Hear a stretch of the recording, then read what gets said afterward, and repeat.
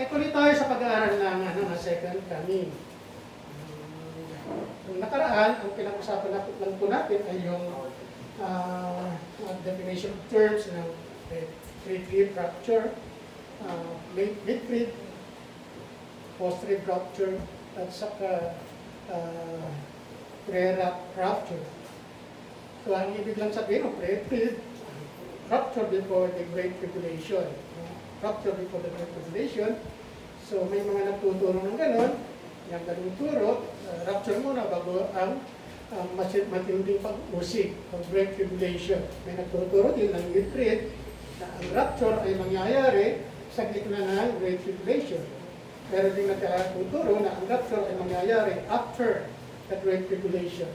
At mayroon din nagtuturo na ang rapture ay mangyayari before the wrath of God or the day of the Lord. Rapture will come before the day of the Lord. Yun ang napakaganda rin ng mga turo.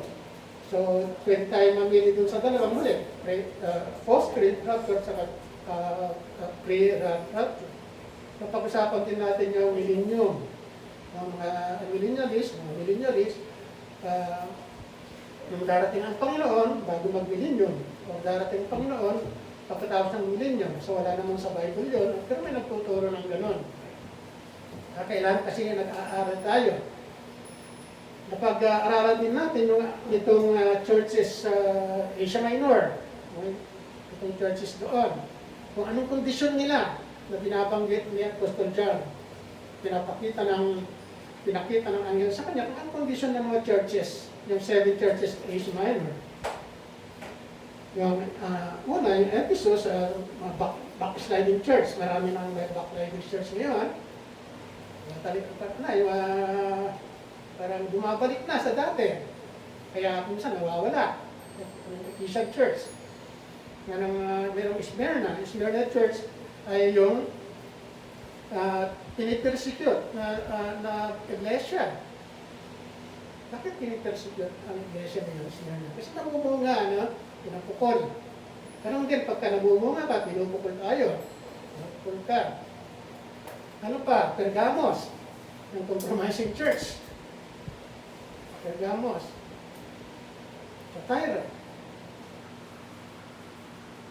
Ano yung Thyatira? Siya ay corrupted. Thyatira church. Yung Sardis. Yung Church of Sardis, patay. Dead church, patay na. Hindi namamatay ng mga churches ngayon, nawawala na sa hulog. Kaya ba't ba na no? Ang tinuturo doon. Pang-anin, yung Philadelphia, yan, pinakamaganda, Philadelphia Faithful Church.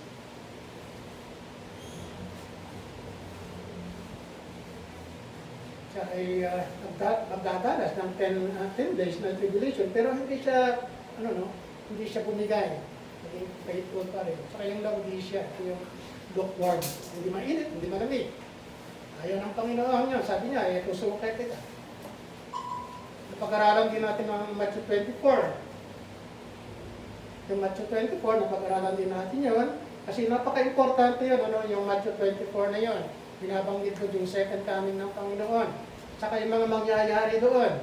Napakaraming mangyayari sa Matthew 24, yung verse 8, sabi nga doon, and these are all the beginning of sorrows. The beginning of sorrows, yung nandun sa baba, nung binabanggit doon, there will be deception. Sabi ng Panginoon, take heed that no one deceives you. Yan ang mga event na mangyayari doon, yung mga signs na mangyayari, mayroong deception. Na binabanggit din ng Apostle Pablo sa 2 Thessalonians, chapter 2. Binabanggit din doon yung verse 9, and they will bring you to tribulation and hate you and kill you. Sabi doon, mag-umpisa ng Great Tribulation, pero sabi nga, palagi mo sinasabi ang Great Tribulation ay hindi magtatagal. Hindi na lang natin sa matirang matibay doon. Parang ganito sa COVID ngayon. Tigasan na lang doon, matira na lang matibay. Doon, matira matibay doon. Matibay ka sa pananampalataya, mabubuhay ka. Iiwan ka doon. Hindi ka mamamatay. Yan. Ito nga kung Panginoon doon, yung Great Tribulation na yon ay puputulin niya. Kasi sabi kung hindi na paiksin yun, walang may ititirang buhay. Ganun kagrabe ang puot ni Satanas. No? Yun. Kaya sabi sa 14 yata yun, 24, sabi niya,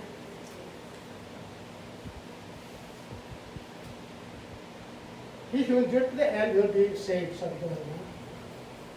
14 yata yun. So, 14. So, tapos na tayo yung mga bagay na yun. Ano? Yung mga binabagit ko lang, parang na-review lang. So, palagay ko, binasa nyo na rin yun. Binasa nyo ba yun? Chapter 24. Ayan. So, yun ang mga natalakay natin nakaraan. Tayo ngayon ay tatalakayin natin. Ito yung isang bagay na kaya importante rin. Bakit lahat naman ito importante? About the day of the Lord. Ano ba itong day of the Lord?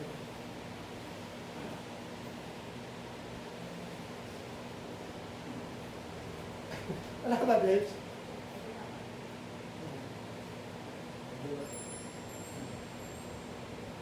Day of the Lord. Ano ba itong day of the Lord? Ang araw ng Panginoon. Iba naman yung Lord's Day, ano? Sa day of the Lord. Ang Lord's Day yung linggo. Tayo ngayon. Lord's Day ngayon. Araw ng Panginoon ngayon. Pero iba naman yung araw ng Panginoon sa susunod sa kanyang pagbabalik. The day of the Lord. Ano bang sinasabi rito? For this is the day of the Lord. God of hosts, the vengeance that he may against himself against his adversaries. Ayon sa kay Propeta Jeremiah, no? Jeremiah 6:10, sabi niya, for this is the day of the Lord, God of hosts, the day of vengeance. A day of vengeance, that he may avenge himself against his adversaries. Yung kanyang mga kaaway. Sino itong kaaway ng Diyos? Yung mga ayaw kumilala sa kanya. No? Yan yung mga kaaway ng Panginoon. Yun daw ay araw ng paghihiganti, araw paniningil. Yung day of the Lord na yan. Sabi naman ni Malachias, day is coming burning like oven, and the proud, yes, all who do wickedly will be stubble. And the day which is coming shall burn them up, says the Lord of hosts. Yan ang sinasabi ni Malachias. Sabi nga, tutupukan sila ng ito. Yan ang day of the Lord, yung puot ng Diyos. Hindi lang galit, hindi puot ng Diyos. No? Ang binabanggit dyan, day of the Lord is the day of vengeance. Day of vengeance against his adversaries, sa mga taga-kaaway. Ayaw tumilala sa kanya. Next. Ayon naman kay Isaiah, sabi rito, behold, the day of the Lord comes cruel, with both wrath and fierce anger. Matinding puot, matinding galit ng Panginoon. Today the land is desolate and he will destroy its sinners from it. Pero makang Tagalog dyan. Sabi ko naman tayo. Doon sa kabila, may out sila lahat ng Tagalog. Tingnan natin, Norma, sa Tagalog, para maintindihan ko natin. Sa kabila kasi, may nagbabasa talaga doon. Sinong babasa ng Tagalog? Ganon kasi sa pagka nag-aaral kami doon sa Bible School, may tagabasa talaga. Para hindi naman kawawa yung nagtuturo. Kasi napakahirap, napakahirap ang turo, maskit sa lalamunan. So yun, behold, the day of the Lord comes cruel, with both wrath and fierce anger, to make the land desolate, and he will destroy its sinners from it. So, sinong sisirain daw? Sino papatay ng Panginoon? Yung mga sinners. Yung mga sinners, yung mga makasalanan, yung mga naiwan dito sa lupa na ayaw talagang kumilala sa Panginoon. Yan doon, magkaroon ng matinding puot ang Panginoon doon. Yan. Sa Amos, anong sabi sa Amos? Sabi rito, woe to you who decide the day of the Lord. Sa Tagalog, ano sa Tagalog? Mr. Norma. Ano yan? Sige.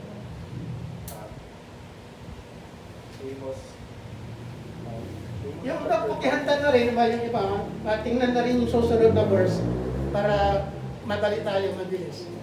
Sa aba ninyo na nasa ng parawan ng Panginoon, bakit ninyo ninanasa ang parawan ng Panginoon? Kadiliman nga at hindi kaluwan na kayo. Yan. Kadiliman sa panahon na yun, hindi kaliwanagan. Sa panahon na yun. Pagka kadiliman, ibig matinding nangyayari, na masamang pangyayari dito sa lupa.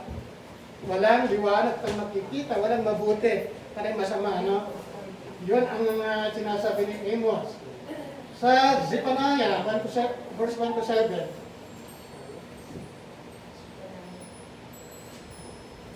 Sa Tagalog. Zephaniah chapter 1 verse 7. Pumayapa ka sa harap ng Panginoong Diyos, sapagkat ang kaarawan ng Panginoon ay malapit na, sapagkat inihanda ng Panginoon ang isang hain, kaniyang itinalaga ang kanyang mga panauhin. Ganun lang, no? Pero ang gantad dyan, eh. Sorry, ano? Pagpasahin natin ang gantad dyan, makikita mo, ano ba yun? Yung Day of the Lord na sinasabi ni Propeta Zephaniah. Patingnan natin sa Joel chapter 2 verse 11.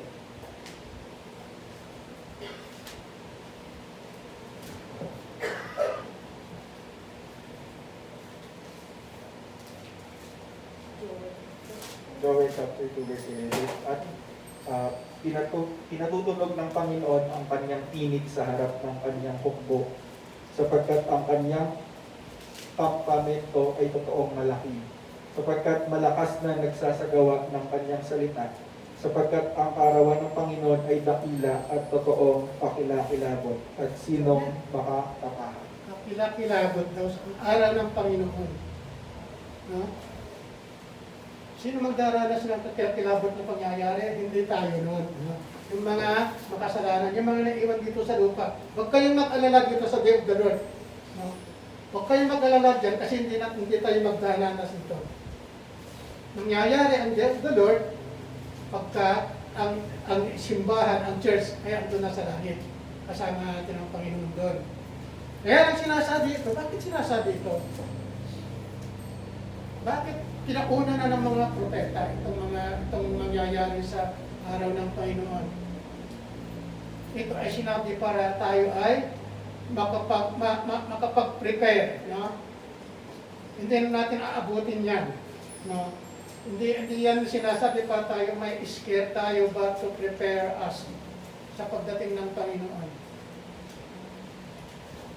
Kailangan pa natin bumalik?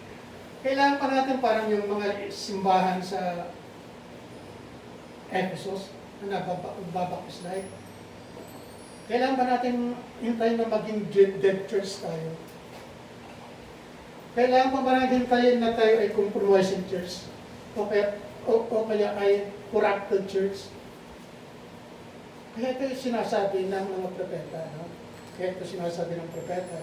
At sinasabi rin ng mga apostol, Pedro, Apostol Pablo, ganun din sinasabi. Yan, sa susunod, yes.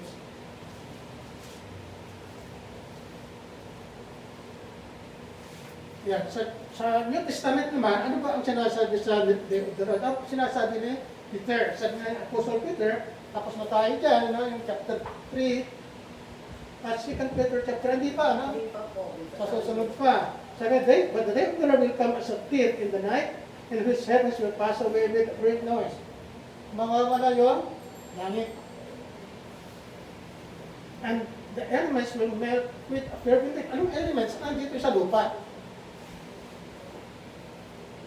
Both the earth and the world that are in it be burned up. Ayun sinasabi ni Peter. Ganoon katindi ang puot ng Diyos. Kung nandito lahat dito sa lupang ito ay masusunog. Hindi na mangyayari muli yung flood ng panahon ni Noah. Pero mas matindi ngayon, ang magiging kalaban ng mga mag-iwan dito sa lupa ay apoy. Tutupukin daw lahat ng nandito sa lupa. Ayon sa sabi ni Peter. Yeah.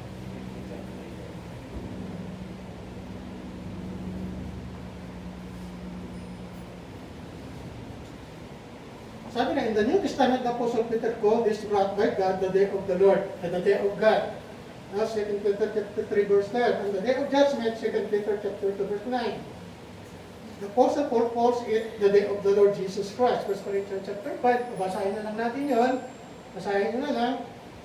The day of Christ, Philippians 1:6, and the day of Christ, ayon sa Apostol Pedro, 2 Thessalonians chapter 2, verse 2. So, tingnan natin yung 2 Thessalonians chapter 2, verse 2. Ito ang gustong basahin. Sa Tagalog, pakibasa. Thessalonica chapter 2 verse 2. Upang huwag kayong madaling makilos sa inyong pag-iisip at huwag din naman kayong mabagabag maging sa pamamagitan man ng Espiritu o sa pamamagitan ng salita o sa pamamagitan ng sulat na waring mula sa amin. Nawari bagang nalalapit na ang kaarawan ng Panginoon.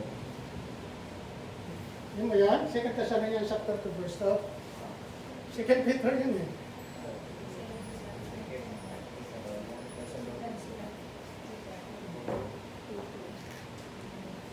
Ang sinasabi lang dito, ang sinabing Day of the Lord, ang ibang terminology ni Paul ay Day of Christ. Day of Christ, araw ng Panginoong Yesus. Yan. 2 Thessalonians 2, verse 2. Yan. Binasa mo kanina si Peter yata. Sagang Thessalonica. Kaya. Yung ulit, pagkalado.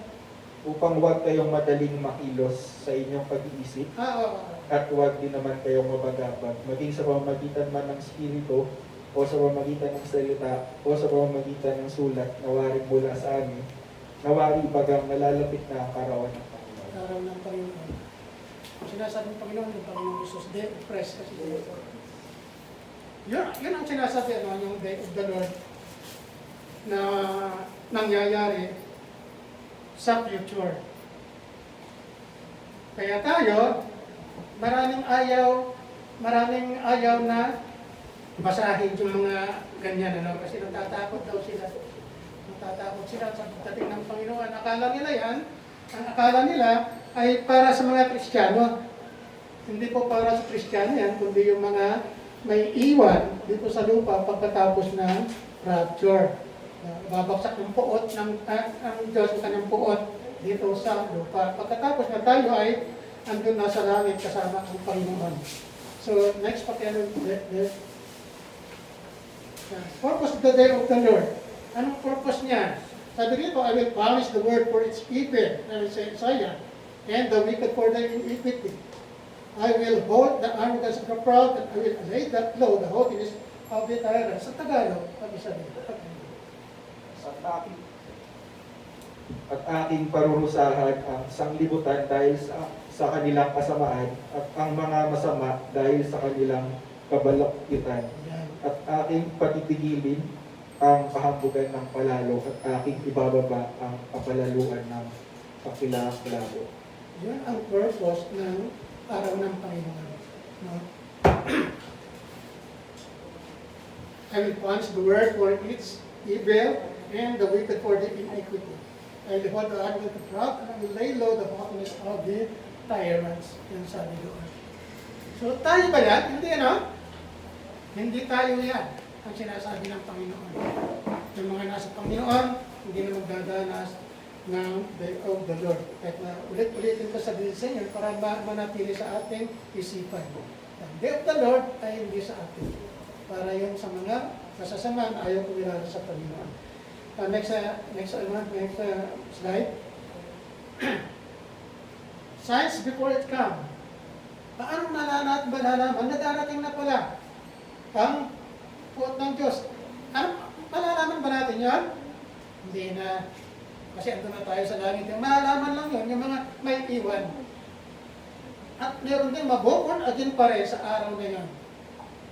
Sa natapos ng rapture, mayroon pa rin may iwan at mayroon pa rin mabubon again doon. Kasi mayroon pa rin doon mag-preface ng gospel. Mayroon pa rin mag-preface ng gospel, pag-aaralan din natin yan.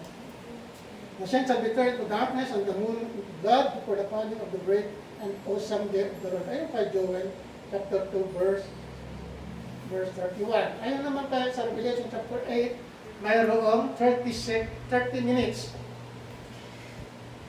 30 minutes silence in heaven. Merong 30 minutes na silence in heaven bago ibaksak ng Panginoon ang kanyang puot, yung first trumpet. Kung makikita natin yung chapter 8, verse 1, papatapos na rin yung first trumpet na. No? Malalaman natin ba itong first trumpet, 7 hanggang 7 trumpet. So Revelation chapter 8 verse 1, tingnan natin. So, when he opened the seventh seal, sabi rito, there was silence in heaven for about half an hour. Tapos sa verse 6, yung first trumpet, hihipan na yung first trumpet. No? Kaya bago hipan yung first trumpet, bago magkaroon ng bumagsak yung puot ng Diyos, magkaroon ng silence in heaven for 30 minutes. Bakit sinasabi sa atin ito? Para natin sa in advance, alam na natin. At pwede natin ituro din ito. Hindi natin pwede itong suluhin. Tinuturo din natin ito. Yan. Isaiah 13 verse 10. Ang sabi doon, nabasa na natin ito. The sun will be darkened, the moon will give its light. Ganun din, magkakaroon ng total eclipse, magkakaroon ng darkness. Pakibasa ulit sa Isaiah 13 verse 10. Isaiah chapter 13 verse 10, sapagkat ang mga bituin ng langit at ang mga gayak niyaon hindi magbibigay ng kanilang liwanag. Ang araw ay magdidilim sa kaniyang pagsikat at hindi pasisilangin ng buwan ang kaniyang liwanag. Yan ang science na makikita doon ng mga naiwan dito sa lupa, sila makakakita doon. Ayon din sa Revelation chapter 6 verse 12, sabi, and look, when opened the sixth seal, and behold, there was a great earthquake, and the sun became black as sackcloth, sabi dito, of hair, and moon became like blood. And the stars of the heaven fell to the earth as a fig tree drops its late figs when it is shaken by mighty wind. Then the sky received the scroll when it is rolled up, and every mountain and island was moved out of its place. And the kings of the earth, the great men, the rich men, the commanders, the mighty men, every slave and every free man, hid themselves in the caves and in the rocks of the mountains, and said to the mountain and rocks, follow us, and hide us from the face of him who sits on the throne, and from the wrath of the Lamb. For the great day of his wrath has come, and who is able to stand. Tumisigaw sila, hide us! Caves, or mountains, rocks, hide us from the wrath of God to come. Yung sinasabi doon. No? So, ganun talaga kung gaano kapilakilabot ang araw ng Panginoon, yung araw ng kanyang paghihiganti, araw ng paniningil. So, marahon natin ngayon. Makikita natin ngayon talaga, yung mga tao talaga. Yung tao talaga, kahit na anong sabihin mo, wala eh. Hindi pinapakinggan. Pero ganun talaga yan eh. Ganun talaga yan. Kasi walang pupunta sa impyerno kung wala yun.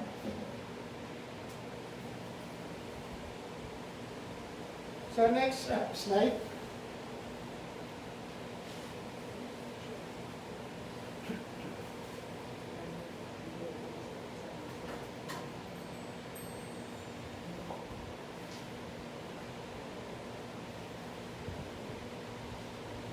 So yung the beginning, nabasa natin kanina, kailan mag-uumpisa ang Day of the Lord? Kailan mag-uumpisa? Sa Revelation chapter 7, tignan po natin.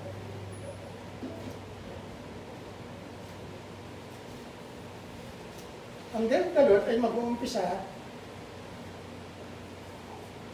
pagka hinipan na yung first trumpet. Yung unang trompeta ng isang anghel. Hindi ito trompeta ng Panginoon. Trompeta ng anghel ito, at ang hihipan ito ay mga anghel, hindi ang Diyos. No.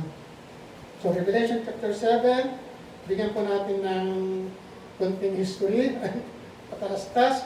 Bago ipagsak ng Panginoon ang kanyang puot, anong gagawin ng Diyos sa 144,000? Ilagyan niya ng tanda sa loob. Ng 144,000. Muna yun, lalagyan mo na ng tanda ang 144,000 na yun sa loob upang hindi sila madamay sa puot ng Diyos. At dadalhin sila dun sa ilang at sila ay kakailangan ng Diyos sila doon ng 1,260 days. Ano natin, pag-aralan din natin. So bago buksak ng Panginoon ang kanyang puot, karoon ng 30 days, 30 minutes silence in heaven. Ayon sa Revelation chapter 8, verse 1. Then in verse 6, chapter 8, anong sabi diyan? Revelation 8, chapter 8, verse 6. Sabi nito, so the seven angels who had the seven trumpets prepared themselves to sound. There 7 angels, tigisa sila ng trumpet. The first angel sounded, and hail and fire mingled with blood, and they were thrown to the earth, and a third of the trees were burned up, and all the grain trees was burned up. Okay, anong sinabi doon sa Tagalog? At umihip ang una at nagkaroon ng granizo at apoy na may halong dugo at itinapon sa lupa. At ang ikatlong bahagi ng lupa ay nasunog at ang ikatlong bahagi ng mga punong kahoy ay nasunog at ang lahat ng sariwang damo ay nasunog. Yan. One-third. One-third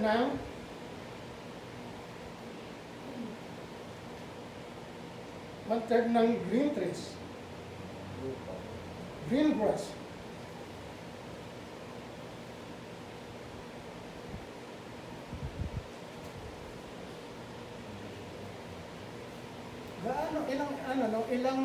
Ilang hektarya kaya ito, no?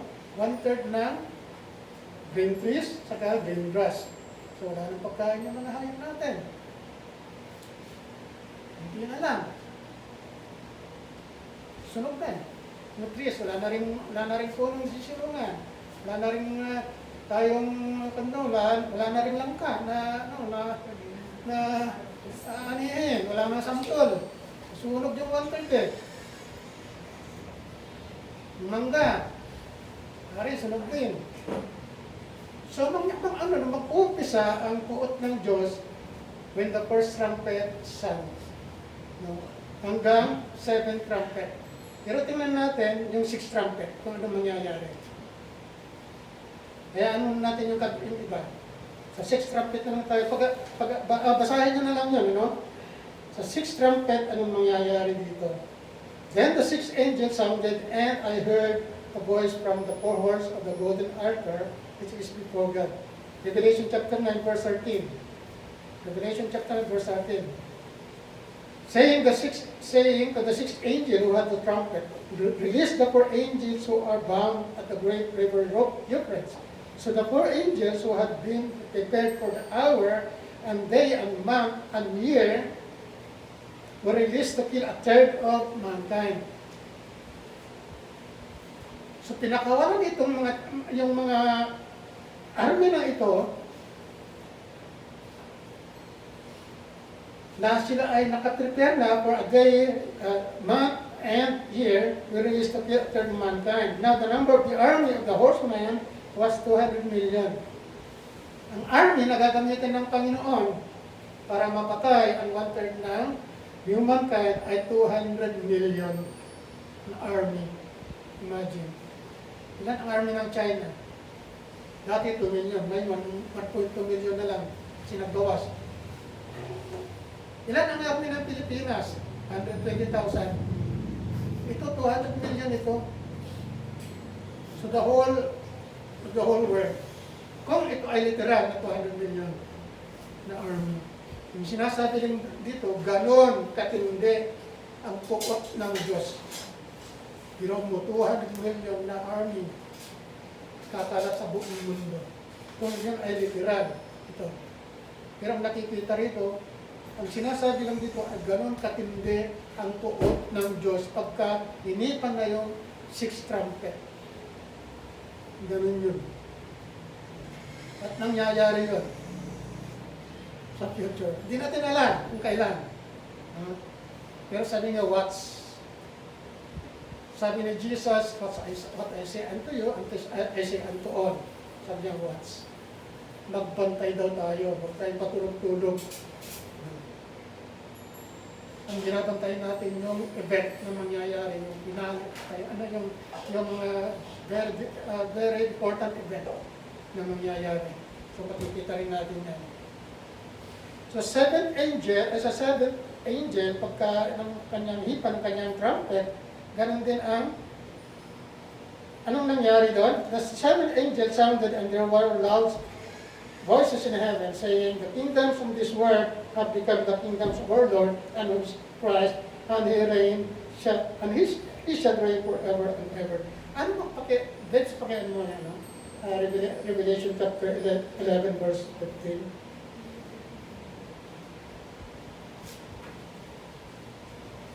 Yan. 15. Then the seventh angel sounded, and there were loud voices in heaven saying, kingdoms of this world. Anong kingdoms of this world? Sinong namumuno dito sa mundong ito? Si Satanas. The kingdoms of this world have become the kingdoms of our Lord and of His Christ, and He shall reign forever and ever. Doon na, no? Paghipa ng ikapitong trumpeta, ang Panginoon na bababa dito sa lupa at siya ay manghahari. Mag-umpisa na siya ng paghahari dito. Si Satanas, wala na. Kasi sabi niya, the kingdom of this world has been the kingdom of the Christ and our Lord forever. Ang namamayani ngayon, naghahari dito ngayon sa atin, hanggang sa pagbalik ng Panginoon, ang Diablo, ang Satanas. Kaya mo katabi mo. Kaya mo katabi mo, baka mas Satanas. Sabihin ko sa inyo, ayon sa Biblia, ang naghahari dito ngayon ay si Satanas and his forces. Pero pagdating ng Panginoon, sabi niya, kukunin na ng Panginoon paghahari ni Satanas dito, tapos ng kanyang paghahari.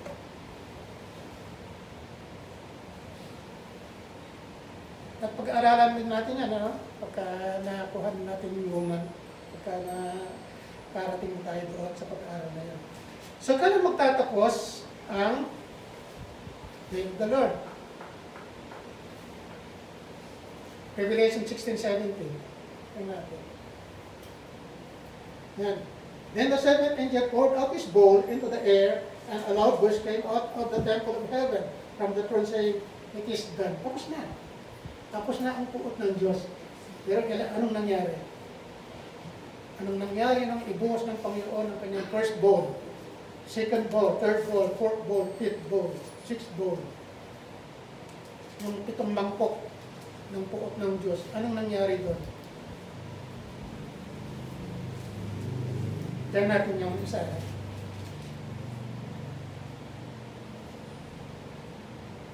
Yung fourth bowl. Then the fourth angel poured out his bowl on the sun, and the power was given to him to scorch men with fire. Sa Tagalog. Tagalog. Revelation 15 verse 8. At isa sa apat at napuno ng usok ang santuaryo mula sa kalwalhatian ng Diyos at sa kanyang kapangyarihan, sino man ay hindi nakapasok sa santuaryo hanggang matapos ang 7 salok ng 7 anghel. So, sa English, then the fourth angel poured out his bowl on the sun, and powers was given to him to scorch the men with fire. And men were scorched with great heat, and they blasphemed. Ang sabi, they blasphemed the name of God, who has power over the place, over this place, and they did not repent and give him glory. Sa Tagalog, kapibasa din. Revelation chapter 15 verse 8.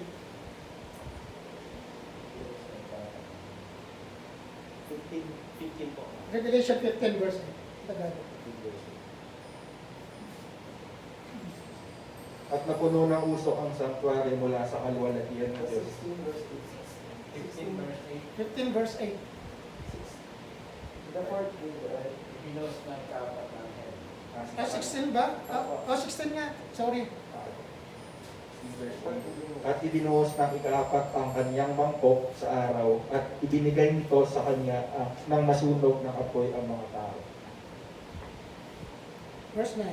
Verse 9. At nangasunog ang mga tao sa matinding init at sila'y namusong sa pangalan ng Diyos na may kapangyarihan sa mga salot na ito at hindi sila nangagsisi upang siya'y luwalhatiin.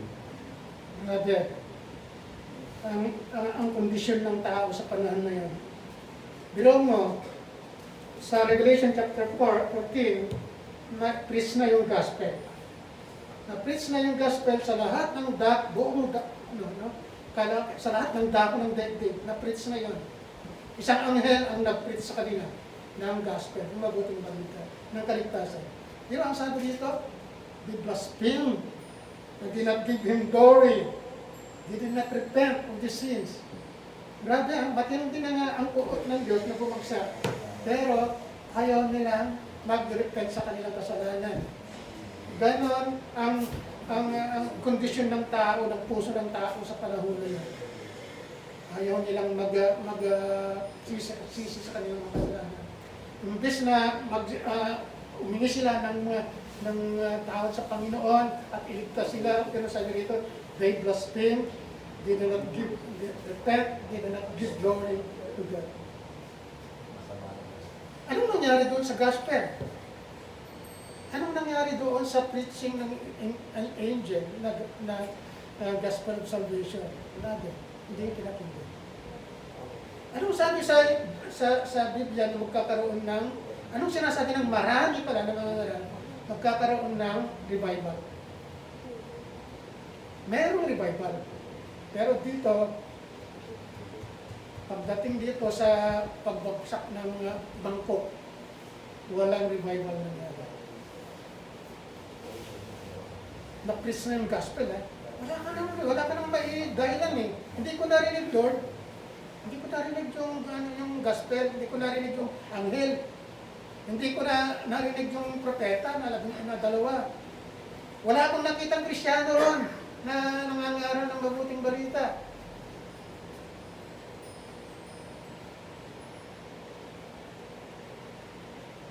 Sa susunod, sa verse 10, yung sa fifth bone. Revelation 16 verse 10 hanggang 11. May bagsak yung panglimang mangkok. Ibinuwas naman ng ikalimang anghel ang laman ng hawak niyang mangkok sa trono ng halimaw at nagdilim ang kaharian nito. Napaagat nila sa kirot ang mga tao at nilabastahan nila ang Diyos dahil sa dinaranas nilang hirap at pinamong mga pitsa. Ngunit hindi rin sila nagsisi at tumalikod sa masasama nilang gawa. Pagbuhos ng fourth bowl sa fifth bowl, grabe ang tao ng kondisyon ng kanilang puso. So, walang nangyari doon sa teaching ng gospel. Kung ang anghel ang mangangaral, sigurado yan, nakakarating sa lahat ng dako at maliwanag na maririnig ng mga tao dito sa lugar. Pero wala din. They did not repent from their sins. Sabi dito. Sa verse 17, sa it is done. Tapos na. Ang puot ng Diyos. Anong tinatapusan noon? Sa seventh bowl. Then the seventh angel poured out his bowl in the air, and a loud voice came out of the temple of heaven from the throne, saying, "It is done." And there were noises and thunderings and lightnings, and there was great earthquake. Such a mighty and great earthquake and has not occurred since the men on the earth. Sabi pa, now the great city was divided into three parts, and the cities of the nations fled, and the great Babylon was remembered before God, to give her the cup of the wine of the fierceness of his wrath. Sabi naman dito. Then every island fled away, and the mountains were not found, and great hail from heaven fell upon every hailstone about the weight of a talent, and men blasphemed God because of the plague of the hail, since that plague was greatly, exceedingly great. Grabe. Mabasahin mo yung seventh bowl. Napakatindi rin. Kaya sabi ng Panginoon, tapos na. Bagsak na lahat ito. Tapos na ang kanyang tuot. Pagka natapos ang tuot ng Diyos, ano nangyari? Sa atin, pag natapos yung galit natin, nawala na anong meron. Pag-ibig.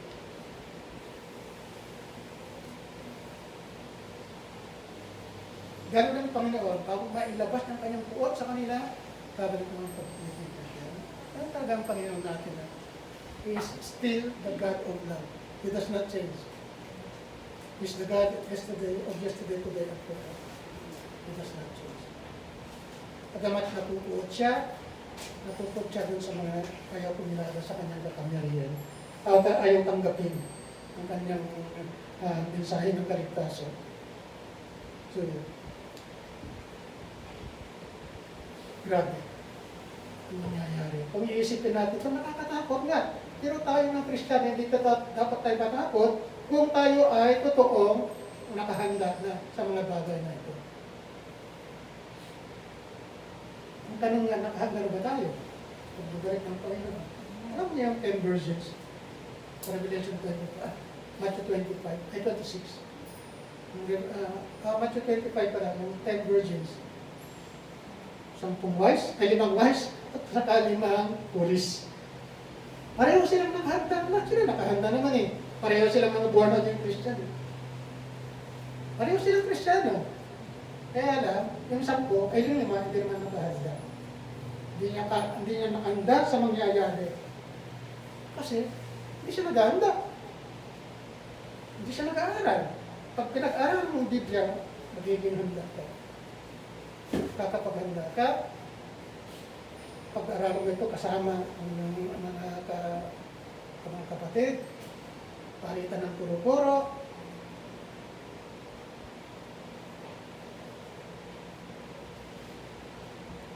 Kasi hindi lang naman tayo dapat handa spiritually. Yes, handa na tayo kasi ligtas na tayo, born again na tayo. Pero pagbabalik ng Panginoon, hindi natin alam kung kailan. Kaya sabi ng Panginoon, be ready. Watch. Anong dapat natin paghandaan? Ang darating na uot ni Satanas ng Great Tribulation. Kaya ba natin yan? Kung buhay pa tayo sa araw na yun, kaya ba natin yun? Pero lagi kong sinasabi sa inyo, sinabi ng Biblia na paiiksihin ng Panginoon ang matinding pag-uusig ng Great Tribulation. Yan ang kanyang pangako sa atin. Paiiksihin niya yun. At mamatay man tayo, mabubuhay naman tayo muli. Hindi naman magtatagal. Andiyan ang Panginoon, mabubuhay tayo muli. Sabi ni Apostol Pedro, Apostol Pablo, sabi niya, in the twinkling of an eye, in a moment, at the trumpet of God, all those who are dead will rise first. Lahat ng patay ay mabubuhay na muli, silang mauuna. Bibigyan sila ng katawan na dinabubulok at buod sila dadalhin sa langit kasama ng Panginoon. At saka susunod naman yung buhay ng mga galing sa Great Tribulation. So anong ipag-aala-ala natin? Anong ikakatakot natin? Pwede yung from na. Ano sabi? God did not give you a spirit of fear, but of love and sound mind. Ano sabi? Power to resist. Power to endure the Great Tribulation. Hindi tayo binagyan ng takot ng Panginoon eh. Ano naman magagaling ba sa Panginoon ng takot? Hindi naman. Sa kanyang mga hinira. So, anong ikakatakot natin? Kung yan ang sinasabi ng Apostol Pablo. God did not give us a spirit of fear, but of love, sound mind, and power.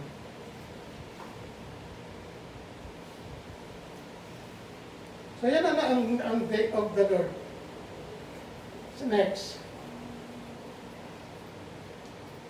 Will the saints suffer the day of the Lord? Hindi, no?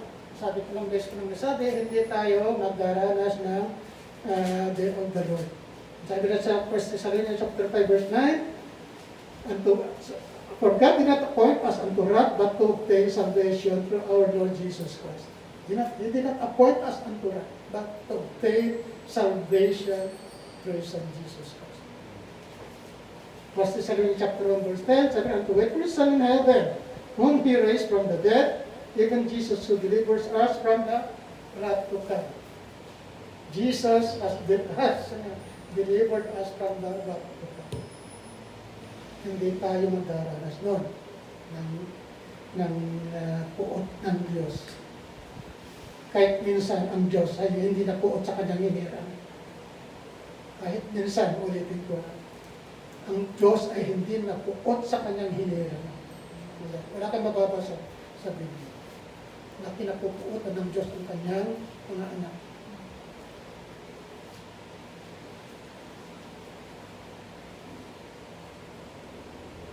Next slide, please. Yan, ito maganda ito eh. So, meron kayong tanong doon sa Day of the Lord. Maganda yun pag may tanong tayo eh.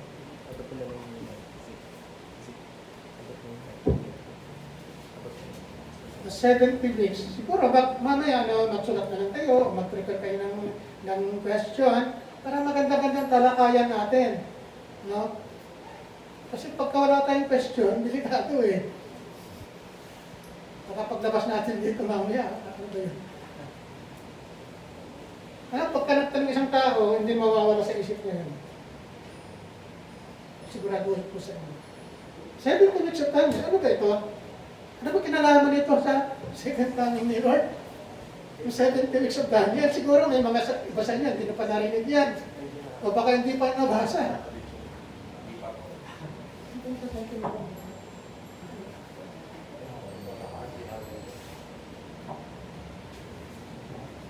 So, 70 weeks. Anong kinalaman ng topic na ito, subject na ito sa pagbabalik ng Panginoon?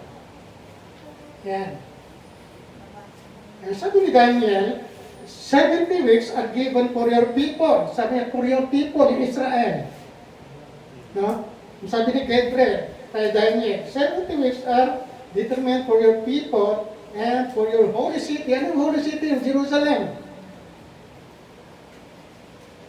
To finish the transgression. Para tapusin na yung mga pagkakasalan nyo.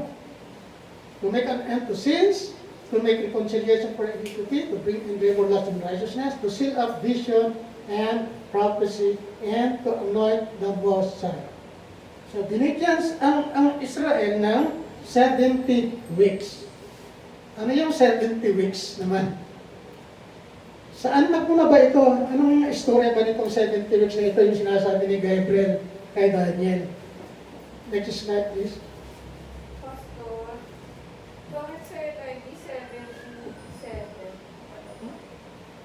Ano? NIV.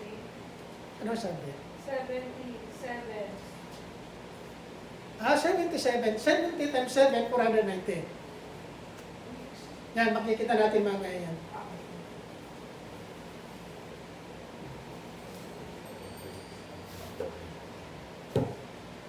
Sabi niya, during the rule of, ito yung history niya, no? Kung ano nangyari itong 70 weeks of Daniel. During the rule of Joachim, the worship of God limited the aid of the Lord. Ayon kay Jeremiah, no? Kay Propeta Jeremiah, dito nag-umpisa ito. Si Jeremiah, si Daniel, saka si Ezekiel, kakontemporary yan, magkakasama. Yung sabi ni Pastor, yung nakaraan, di ba? Naalala niyo pa ba yan? Hindi na. Yan. Jeremiah, chapter 25, verse 1 to 11. 11 is, tama na natin, 11. No? Kaya si Daniel, alam niya, kilala niya si Jeremiah. Yung sinasabi niya, kung anong prophecy niya, alam niya. So verse 1, chapter 25, the word came to Jeremiah concerning all the people of Judah in the courtyard of Joachim, the son of Josiah, king of Judah. This was the first year of Nebuchadnezzar, king of Babylon. This Jeremiah, the prophet, spoke to all the people of Judah and to all the inhabitants of Jerusalem. From the 13th year of Josiah, the son of Amon, king of Judah, even to this day, this is the 23rd year in which the word of the Lord has come to me. And I have spoken to you, rising early and speaking, but you have not listened. And the Lord has sent to you, sabi ni Jeremiah, all his servants, his prophets, rising early and sending them, but you have not. Then they said, repent now over everyone of his evil way and his evil doings, and dwell in the land that the Lord has given to you and your fathers forever and ever. Do not go after other gods to serve them and worship them, and do not provoke me to anger with the works of your hands, and I will not harm you. Ang sinasabi ng Panginoon kay Jeremiah. Yet you have not listened to me, sabi ni Lord, that you might provoke me to anger with the words of your hands to your own hurt.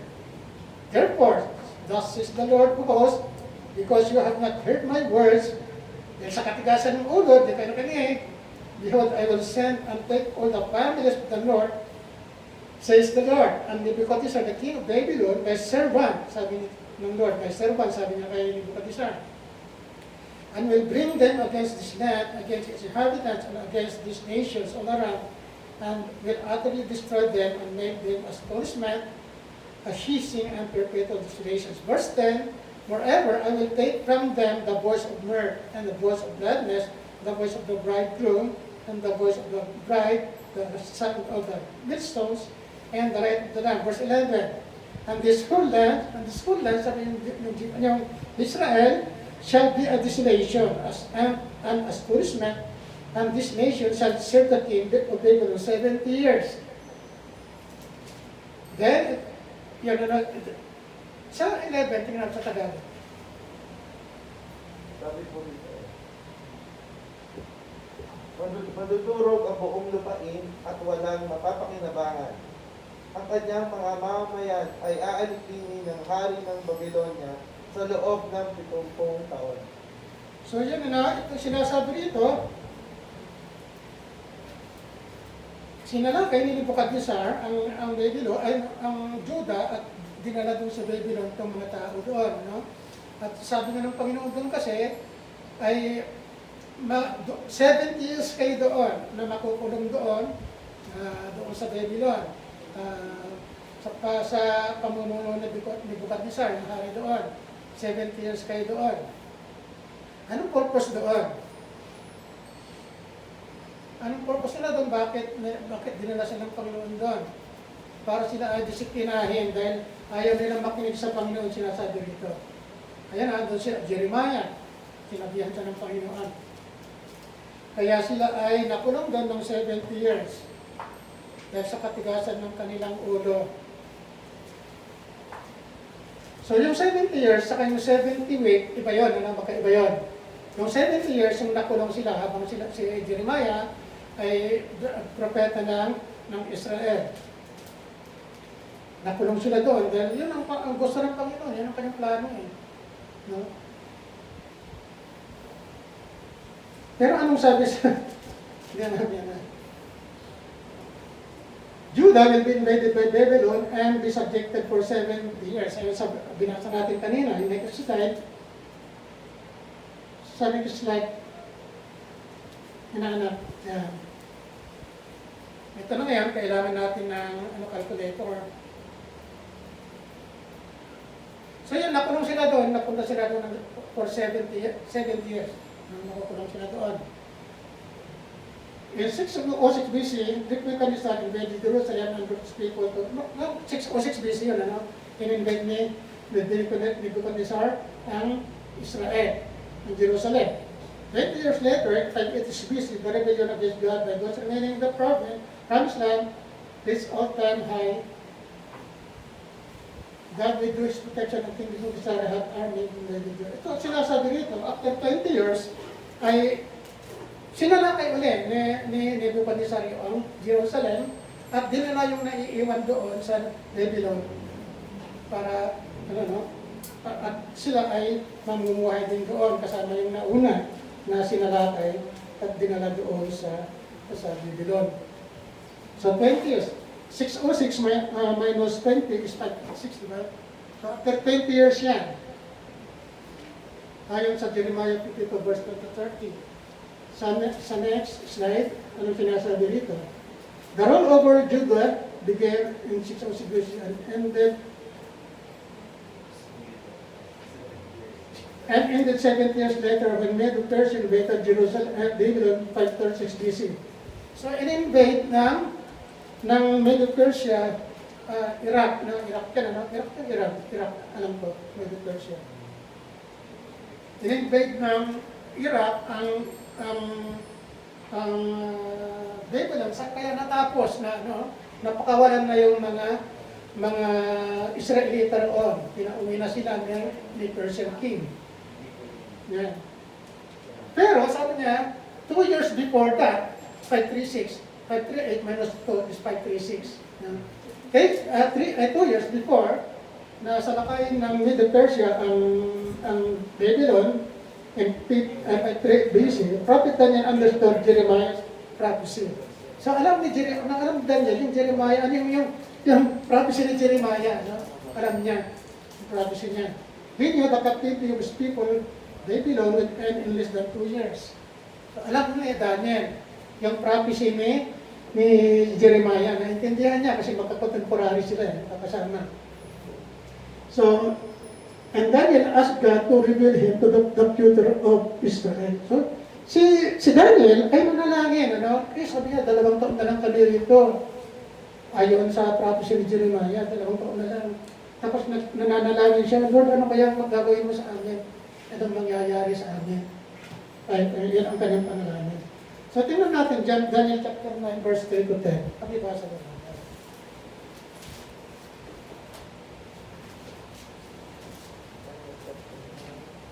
Daniel chapter 9, verse 3 to 10.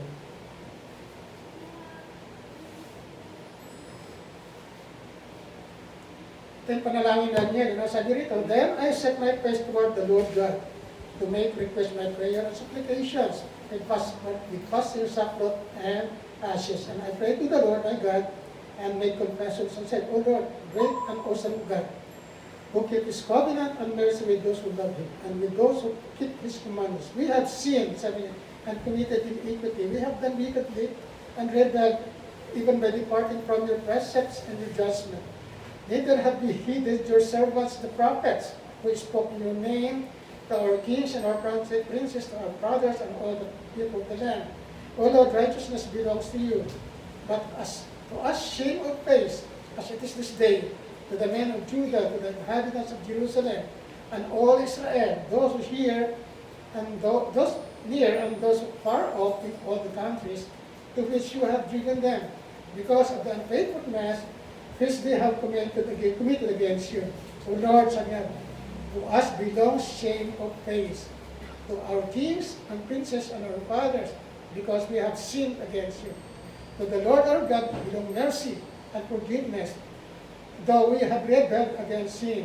We have not obeyed the voice of the Lord our God, to walk in his ways, which he set before us by his servants, the prophets. Yan. Yes, Israel has transgressed your law. Yung mga panalangin talaga panalangin ni Daniel, Lord, nagkasala na kami, Panginoon. Hindi namin kayo sinunod, nagrebelde kami sa iyo. Tapos yung panalangin na niya, no? Ay yung kuloy ng panalangin niya. Sa verse 20, anong sabi dito? Now while I was speaking, sabi dito, praying and confessing my sin and the sin of my people.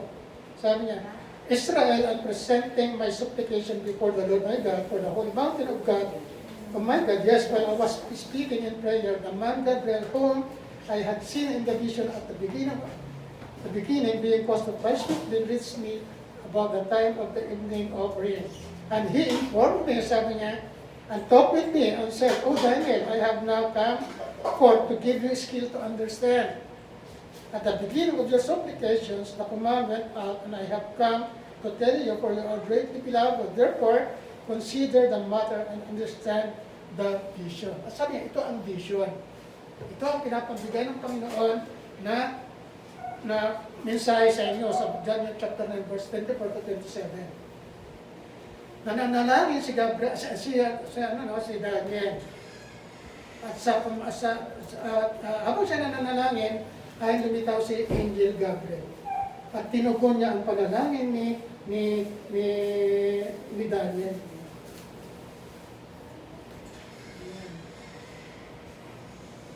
Sabi, kailangan anong nangyayari sa aming bansa? Anong nangyayari sa amin dito? Sabi ni Daniel. At ito nga, tinugon nga siya ni Gabriel. No? Sabi sa verse 24, 70 weeks are determined for your holy city, to finish transgression, etc. To make an end of sins, to make reconciliation for iniquity, to bring any everlasting righteousness, to celebration and privacy, and to honor the most holy. No? Yan ang sinabi na doon. binibigyan ko kayo ng 70 weeks.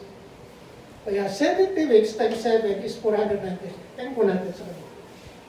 Next slide. Yan, ganyan, no? Right Daniel was confessing knowledge of Israel and asking for good forgiveness, the Lord sends an angel si Gabriel na. And Gabriel came in with vision concerning the future of Israel. Ito ang future nyo, sabi ni Gabriel kay Daniel. Sabi pa, the purpose of the vision is to forgive Israel their sins. Romans 11:25. Ito, napakahirap intindihan ito, no? Romans 11:25 verse 27. Pero papaliwanag ko din sa inyo pagdating ng panahon. Her refusal to repent has consequences. So, next slide. Gabriel tells Daniel that God has decreed a punishment of the Israel by her Gentile enemies for 70 weeks. 1 week represents 7 years. Ito, pag-usapan natin yung sinasabi ni Sister Rhea kanina. 7 times 70 is 490. Yung, sa Bible nyo, no? 7 times 70 is 490 years. So 30 days, kailangan natin maintindihan natin ito, no? Itong math. Yan. Pero hindi na kailangan ng pandito, yung calculator. 30 days equals 42 months. 30 days plus 42 months is 1,260 days. No? Yung 3.5 years yan, no? 1,260 days is equivalent to 3.5 years. Yan. 84 months times 30 days is 2,520 days. Yung 7 years yun. So, hatiin mo yung 2,520 is 1,260 days. Yan. 3.5 years is 42 months. Kailangan maintindihan natin yan. Nasa ano yan? Andun sa mga verses na sinasabi dyan. Yan. May mababasa tayo pag magbasa tayo ng Revelation. Mayroong 42 months. Mayroong 1,260 days. No? Mayroong 3.5 years. At lahating buwan nakalagay doon sa Tagalog. Pero sa Tagalog, sa Revelation, sa Daniel chapter 24, chapter verse 24, sa Tagalog, sinabi na dyan, 490 taon. Nakibasa lang sa Tagalog. 9:24 po. 9:24.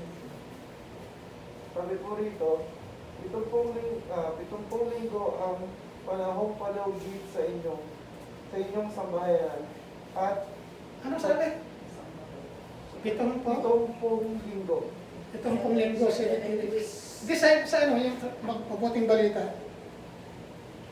Sa mabuting balita din dyan. Nakalagay doon 490. Maganda po rin na po. Na ito, mga kabayan ay binibigyan ng 419 taon. Tagalog yan, mo. Apat. Apat na ran at 90. Siyam na po. Siyam po. Na taon. Yan. Yan ang 70 weeks. 70 times 7 is 490 weeks and days. Years pala. 490. Okay. Yan. So next, naintindihan nyo na anong ano? Yung paano ang mathematical equation niya. 7 times 70 weeks. 69 weeks. Natapos na yung 69 weeks. Sinasabi nito. Or 483. 69 times 7 is 483 years. 490 minus 7 is 483, no? Was fulfilled after Jesus was crucified on the cross. So, ayon sa Daniel chapter 25-26, ang sabi rito, pakibasa lang. Daniel chapter 9 verse 25 to 26.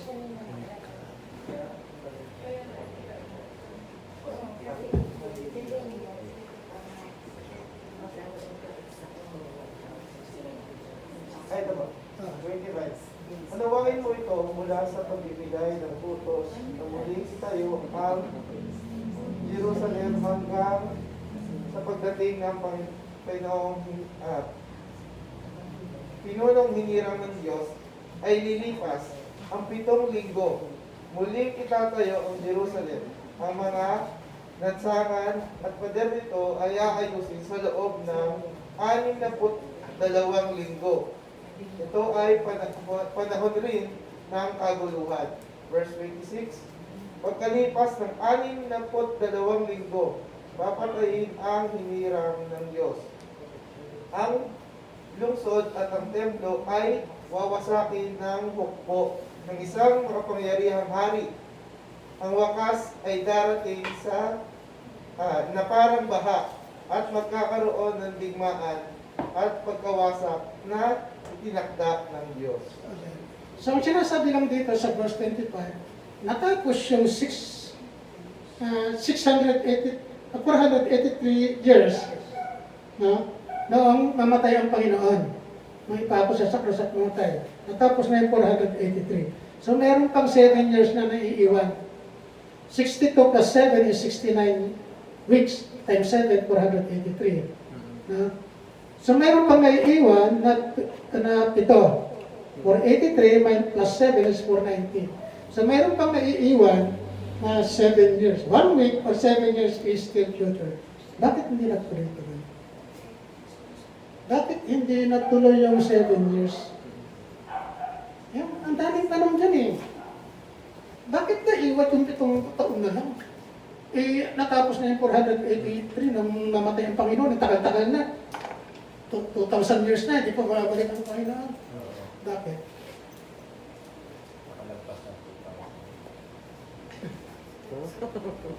Isang dahilan, ano? Pinag-aralan, hindi pa, pag-aralan pa natin next week. 2 Peter chapter 3. 2 Peter chapter 3, ayan. Verse 4.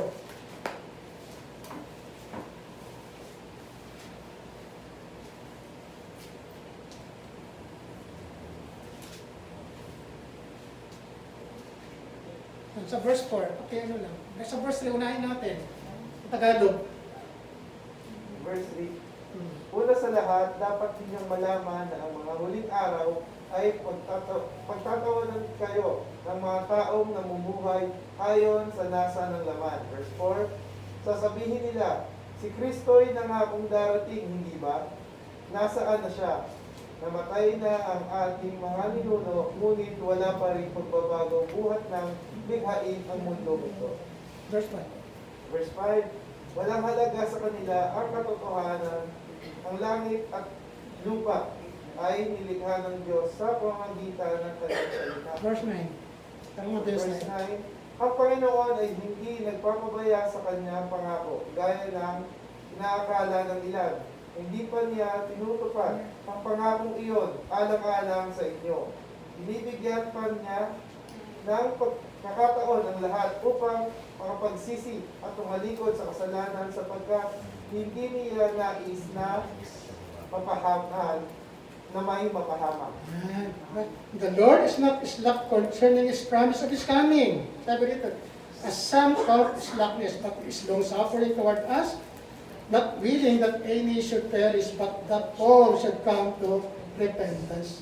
All. Hindi niya sinabing some, or many. Kaya hindi pa bumabalik ang Panginoon.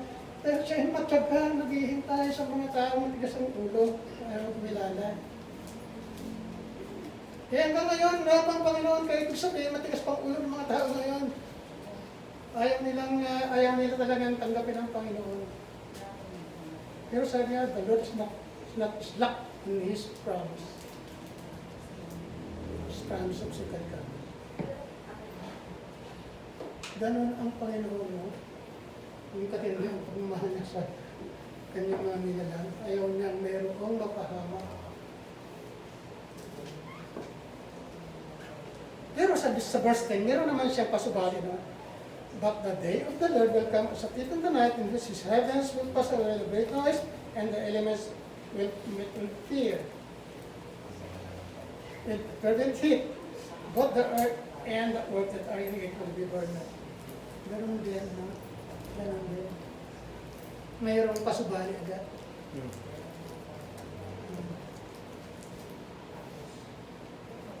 Balik tayo, Ate Debs. So yan, bakit daming tatanong, takal-takal na, sabi ng scopers, hindi na babalik siya. No, hindi na babalik sila. Eh, takal-takal ng kanyang pangako eh. Eh, noong panahon pa ng propeta, sinabi na yan eh. Panahon pa ng propeta, sinabi na yan, tapos namatay na ang Panginoon. Mainiig yun eh. Pero mga scopers, pero mga nililibak na yung mga false teachers to. 69 weeks of birth for 83 years was fulfilled after Jesus was crucified for us. 1 week or 7 years still future. So next slide. Yan. Yan ang 70 weeks. Ano yung 490 years? Ito naman 78 week. Ano ba yan? Ito yung pangpito, yung huli. No? Yung huli, doon sa 70 years. O 7, kaya sinabing 78 week pang-pitongko na linggo. Yan. The 78th week, or the last 7 years for us, Jesus will return physically on earth, will start when a world leader becomes and confirm a 7-year covenant between Israel and his armies. Daniel chapter 9 verse 7. Tingnan natin. Kailan mag-uumpisa yung 78th week?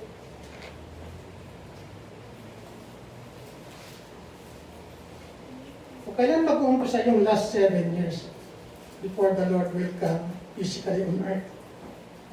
But, hindi yan. Daniel chapter 9 verse 27.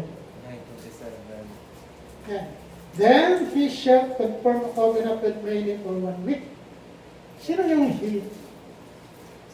Karugtong ito ng Daniel chapter 9 verse 24.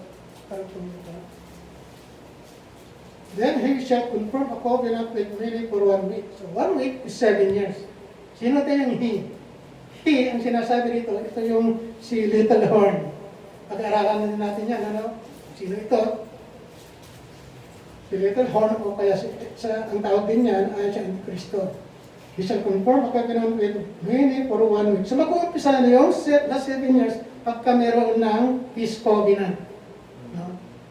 Peace covenant between Israel and his neighboring enemies, yung Muslim countries, yung kalaban niya. Sila ay pangungunahan ng isang powerful na tao. No? But in the middle of the week, shall bring an end to sacrifice and offering. Iba naman yan, ano? Pagkatapos nun, ng 3.5 years, sabi niya, sisirain niya yung peace covenant. At patitihirin niya yung pagsamba. Kaya napaka-importante yung bagay, no? Na maintindihan natin yung templo na sinira, ayon sa nabasa natin kanina.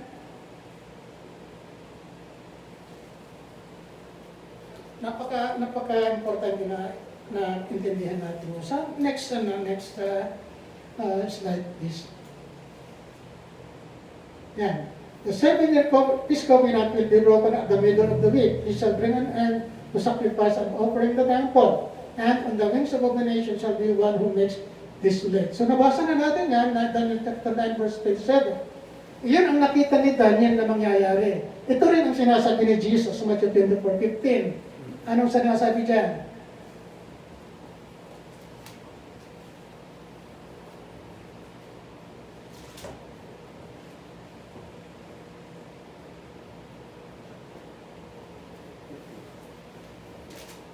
Karan ba tayo? Yan. Sabi nito sa Matthew 24:15, therefore, when you see the abomination of desolation spoken of by Daniel, the prophet, standing in the holy place. Sabi nito, mayroong open close na. Yan. Whoever reads, let him understand. Mayroong pasabali. Sabi niya, sino man nakabasa, intindihin niya. Yan. Mayroong warning si Jesus o pasabali siya. Whoever reads, let them understand. Kaya maintindihan natin, ano ba ito? Ano ba itong sinasabi ni Jesus? Therefore, when you see the abomination of desolation spoken by Daniel, in the prophet standing in the holy place, whoever reads, let them understand.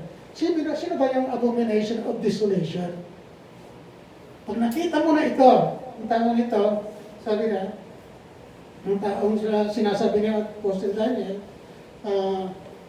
andun na, nakatayo na doon sa templo, doon sa holy place. Pag nakatay ko na siya doon, sabi niya, intindihin niya kung nakabasa. Ano ba ito? Ito sino ba itong nakatayo na doon sa holy place? Ngayon. Kasi nasira yung templo, di ba, noong AD 70. Nasira yon. Sinira ni Titus. So wala na silang pinagsasambahan ngayon. So, ngayon itatayo. Para makita dyan yung sinasabing abomination of desolation ni Jesus. Standing on the holy place. Nakatayo na siya doon sa templo na yun. Ibig sabihin, mayroong gagawin isang templo. Yung nasira ng AD 70, magagawa ulit ng panibago upang magsunod itong mga prophecy na ito. Tatayo siya doon after 3.5 years. So, anong nangyayari? Maraming pangyayari na pag-aaralan din natin sa mga susunod na araw. Yan. 2 Thessalonians chapter 2 verse 4. Basahin natin sa Tagalog.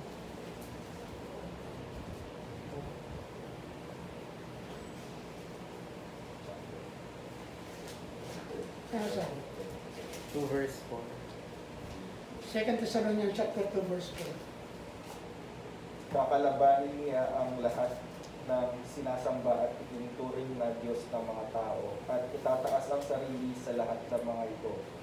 Uupo siya sa loob ng templo ng Diyos at itatakal ang sarili bilang Diyos. Sino yan? Yung sinasabi ni Jesus na abomination of desolation. Tataas niya ang kanyang sarili doon sa templo na yun. Sino yan?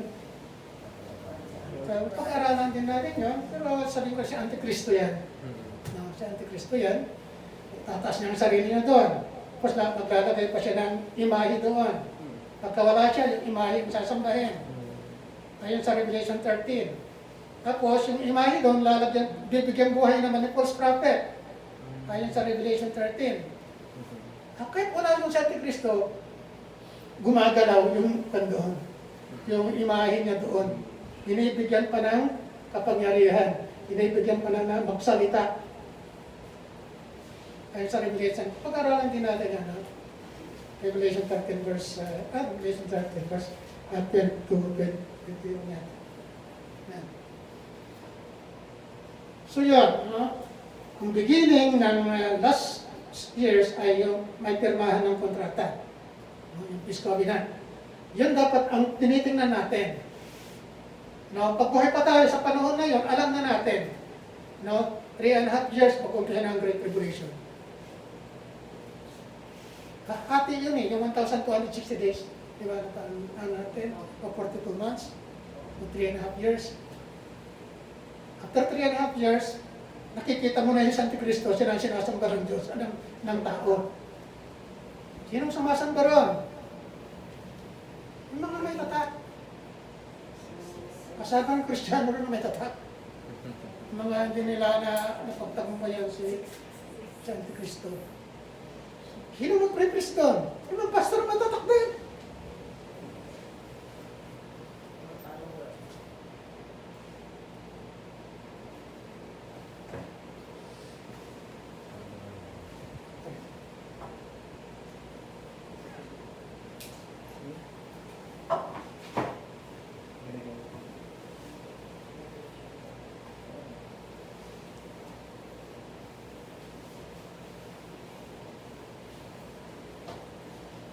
So yan, pagkabuhay pa tayo sa panahon na yan,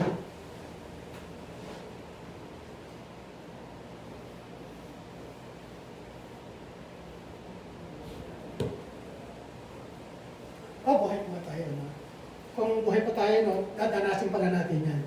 Dadanasin natin. Dadanasin natin yan. Kaya na, sinasabi ko, kaya ba natin yan? Yung Great Tribulation na yun.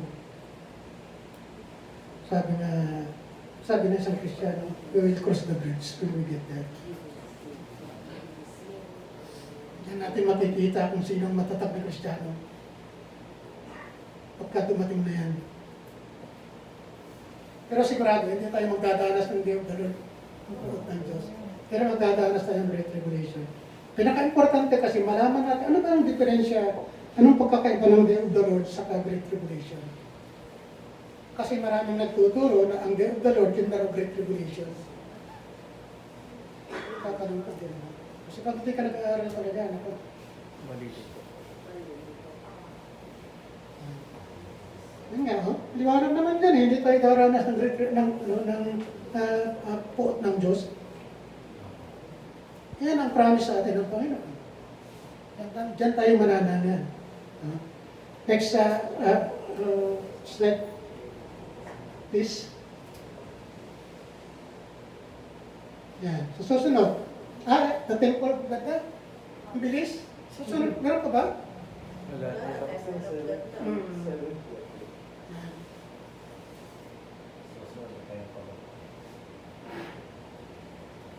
Kasi akala ko nandun ko sa kabila eh. Sige, ito mo lang tayo. Ang temple of God na lang tayo. Ano naman ang papel nito? Ang temple of God ito. So, nakuha na natin yung Day of the Lord. Maliwanag naman. Nakuha natin yung 70 weeks, saka 70th week of Daniel. Tapos, Temple of God na, no? Temple of God, ang susunod. Kasi makikita natin ito, dire-diretso na ito, parang chronological events hanggang sa matapos, hanggang sa the end of the world. Hanggang sa Great Tribulation, hanggang sa Millennium, hanggang sa the end of the world. Kailan ba maging the end of the world? Kailan ba yung the end of the world? Sa Biblia kasi napakaraming mababasa tayo na the end, and the end will come. And this gospel, the kingdom will be preached into all the nation, and then the end will come. Ano end? Ang end yun? End of what? Kaya pala itong tinatanong kasi pag sinabing end of the world na yun eh. Hindi, kasi tingnan mo naman yung context. Ano bang sinasabi daw? Gusto niya tapusin natin. End of the world na tayo. Sige. Ano ba sinasabi nitong templo na ito? The temple of God. Sa Revelation chapter 11 verse 1, sabi rito, "Then I was given a rod like a measuring rod, and the angel stood saying, 'Rise and measure the temple of God, the altar and those who worship there.'" Yung sinasabi ng angel kay John. So, sinukat niya. Pero sabi niya, huwag mong sukatin yung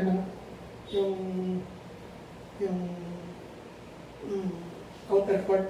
Isang mga hintil yan. Tatlo kasi tatlo ang part ng templo. Outer court, holy place, saka holy of holies. Yung nasira na yun, gagawa uli ng panibago. Pero hindi alam kung ganun din yung gawin ni Solomon. Solomon ba yan may-ari na? Solomon's Temple. Hindi sinabi kung ganun din. No? Basta pinakita lang kayo dyan kung ano ang itsura ng templo. Pero ganun din, no?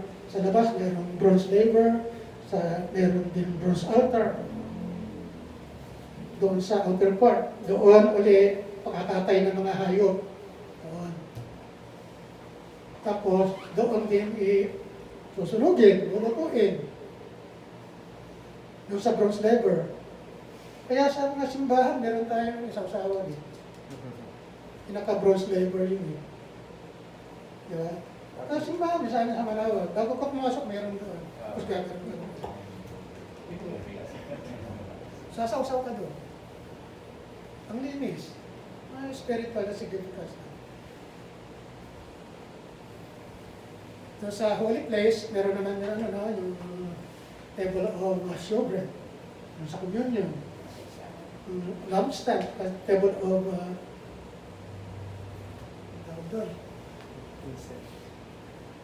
table of incense. Ating panalangin. So sa loob, bawal ka doon. Holy of holies. At yung Ark of Covenant sa mercy seat. Yan ang gagawin na yun, ano? Yung bagong gagawin na templo. In his vision, John saw future temple in Jerusalem, sudidahin niya. Ganun din si Jesus, binasa natin kanina, kay Paul, andun din, pare-parehas na, pinapakita na mayroon silang nakita doon na templo. The temple has to be completed before the man of sin can exalt himself above God in the middle of the 7 years period.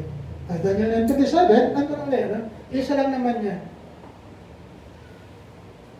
So yun, at sinasabi doon, ang templo ay itatayo pagkatapos ng bago matapos yung 3.5 years. Kasi pagkatapos ng 3.5 years, lulusobin na ni Antikristo ang Jerusalem at papasok na siya doon sa templo. Kasi kung hindi gagawin yung templo, wala siyang papasukan. Wala siyang tatayuan doon. Pro-proclaim niya ang kanyang sarili bilang Diyos. So kailan itatayo itong templo nito? Doon daw yun sa, nakapanood yun sa first semester ng 7 years. First half ng 7 years doon. Pero saan ba sa Biblia binigay yun? Saan sa Biblia? Masusunod na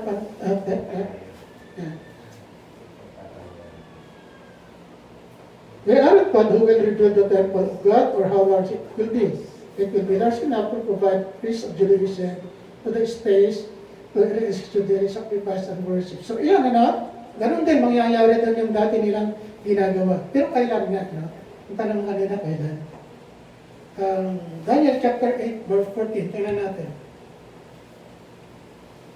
Kailangan natin mat na naman doon. Kasi yung 7 years na yan, kasi yung kailangan magaling ka sa mat eh.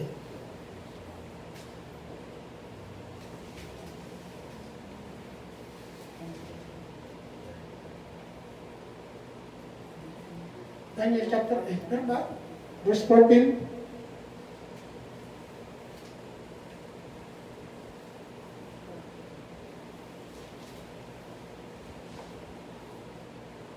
And he said to me, for 2,300 days then the sanctuary shall be cleansed.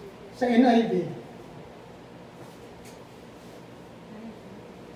Yan. Ito maganda. Kailangan natin dito ang mat. Sabi dito, he said to me, it will take 2,300 evenings and mornings. Then the sanctuary will be consecrated. Itatayo yung templo na yon, kailan? It will take 2,300 evenings and mornings. So, evenings and mornings, isang araw yun, 2,300. I-divide natin ng dalawa. Kasi mornings at saka evenings eh. So, ilan yun? 2,300, ilan? 1,150. Meron ba kayo 1,150, di ba? 2,300 divided by 2. So, kung ang first half ay matatapos ng 1,260 days, ilan pang may iwan? Yung first half, yung 3.5 years. Di ba? 1,260 days yun, yung 3.5 years. So, 1,150, ilang days pa ang naiiwan?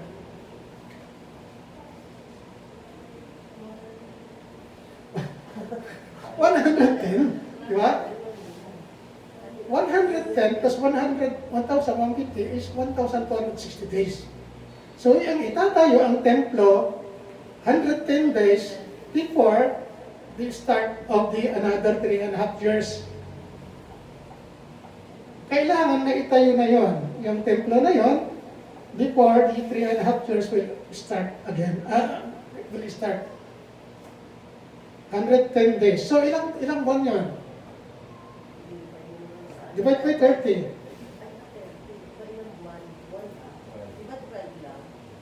Ano na? Yung isang taon, di ba 12 years? 12 months. 42 months. Sinabi natin, 42 months yung 3.5 years.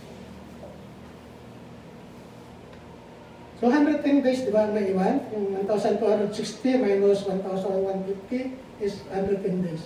So, ilang buwan yun? 4 na buwan at 20 days. No? Hindi, 3 months, pala 3 months at 20 days. No? Bago dumating yung another half ng 3.5 years, no, na pag-umpisahan ng Great Tribulation. Yung sisirain ang kanya, ang covenant na yun. 210 days, na magsasamba sila doon, free. Free sila doon na magsasamba. Wala pa si Antikristo doon. Wala pang Great Tribulation noon. No. Nasa peace sila eh. Nasa peace covenant sila. Ang Israel kasi pinag-usapan dito. Nasa peace covenant sila, kaya libre silang magsamba doon. Pero after 3.5 years, bago dumating yun, ay pagdating ng 3.5 years, tigil na ang pagsamba nila doon. Iba nang sasambahin. Si Antikristo na ang sasambahin doon. So nakuha nyo kung kailan itatayo, kung kailan mag-uumpisa yung pagsamba nila, kung kailan matatapos ang pagsamba, kung kailan itataas doon si Antikristo bilang Diyos.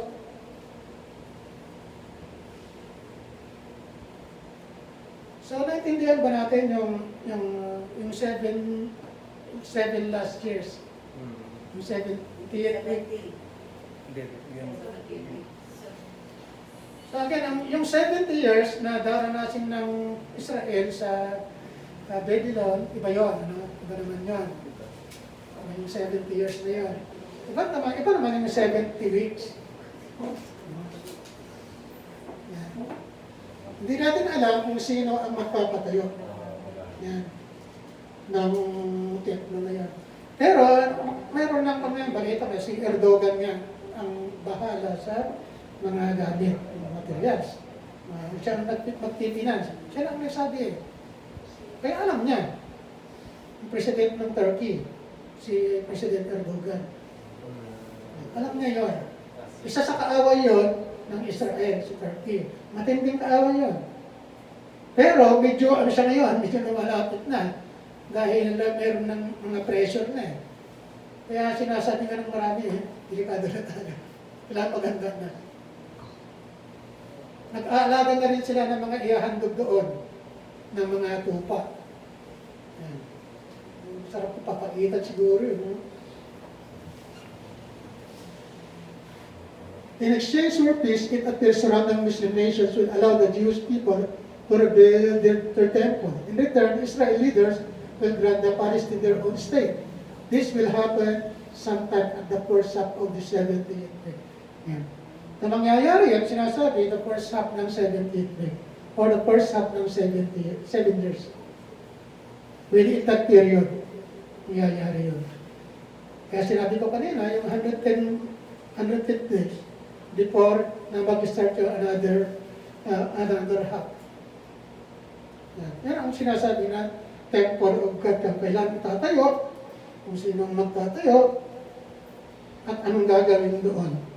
So, another slide please. Hindi ka ba tayo? Hindi pa ba kayo naantok? O nagugutom na kayo? Isa't kalahating oras pa lang naman tayo eh, no? Ano ba ito? Ito na lang. Peace Covenant. Ano ba itong Peace Covenant ko na nangyayari? Napag-aralan, nadaanan na natin ito, no? Daniel chapter 9 verse 27. Then he shall confirm a covenant with many for 1 week, but in the end of the week, he shall bring an end to sacrifice and offering. Daniel calls him one who makes the slave. Ito ang sinasabing he, no? He. Daniel calls him the one who makes the slave. Ayon sa Daniel 11:31. Abomination of desolation, ganun din ang tawag niya, little horn. Daniel chapter 7 verse 7 to 8. Little horn ang tawag niya yung he. Yung tao na yan, yung powerful leader. Tawag niya Daniel, little horn. Ang tawag naman ni ulit ng Daniel ay siya ay abomination of desolation. Next Sabi naman ni Jesus, abomination of desolation din. Pareho silang tawag ni Daniel. So magkatugma yung sinasabi ni Jesus sa kanila Daniel. No? Paul calls him man of sins, man of son of perdition, lawless one. Yan sa 2 Thessalonians. Yan ang tawag ni Paul. Doon sa powerful leader na mag-sasign ng peace covenant. Ilang nation ba ang sabi dyan? Nakasama ng world leader? 10. 10 Muslim nations. Ayon sa Daniel chapter 7 verse 8. Tingnan natin.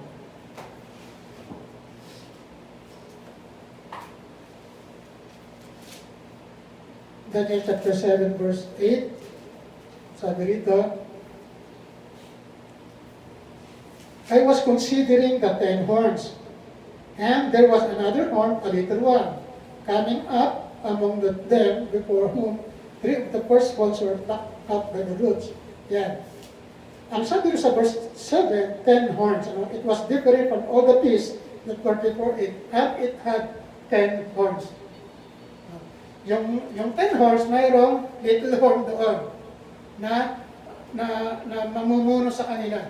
Little horn ang tawag.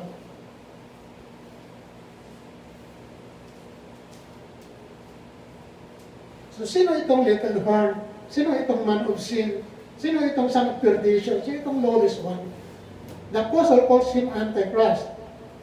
Verse John chapter 2 verse 18. Tawag na din niya, beast. Revelation 13 verse 1 and 2. Revelation 19 verse 19 and 20. Beast ang tawag sa kanya. Pero ang tawag ni John, Antichrist.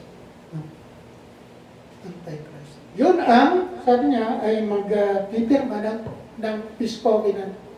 Sabi niya, with the many. And he will confirm a peace covenant with many. Sabi doon sa Daniel chapter 9 verse 27. Yung many ay yung 10 horns yun.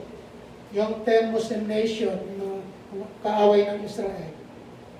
So ilan na ngayon yung bali nagiging kaibigan na ng Israel, may 3 na. Meron pang 7. Pag nakuha na yung 7, 10 na, doon na mag-umpisa yun. Yan ang sinasabing watch. No? Yung mga pangyayari, mga events na mangyayari. Tingnan natin yung mga ibang bansa. Katabi ng Israel. Si Turkey, akala mo, hindi napaka-tindi ng kaaway yun. Pero ngayon, lumalapit na. Iran, matinding kaaway ng Israel. Gusto talaga pulbusin. Pero, magiging tandi niya na magiging kaibigan for 3.5 years. For 3.5 years lang. Na mayroon silang peace covenant. Yan. So, naintindihan ba niyo? Yung series of event na mangyayari. Of course, the day of the Lord, yung tinalakay na natin. Yung the 70th week of Daniel, then the temple, then this, Antichristo, Antichrist, sinong nagko-conform ng covenant. Another slide. Meron pa ba? Slide? Yan.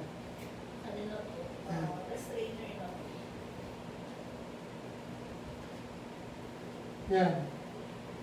Then, who will conform a covenant yan? Yan na nga. Yan. So, naintindihan niyo yung sinong mag-conform ng covenant, kailan mangyayari, at anong mangyayari pagkatapos ng peace covenant sa 3.5 years. Pero magkakaroon pa rin tayo ng review dyan pagkat madadaanan pa natin yan, as we prosper in our meetings. Yan. Sabi Strainer, matagal kasi yan eh. Pag-aralan natin mabuti, sino ba yan? Sa susunod na ating meeting. Sino ba yung Strainer? Ano bang papel niya sa second coming? At kailan mangyayari? Kailan siya papatid? Kaya napaka-important na nito ngayon, pag-aralan natin sa eschatology. Without understanding it, these things we cannot understand.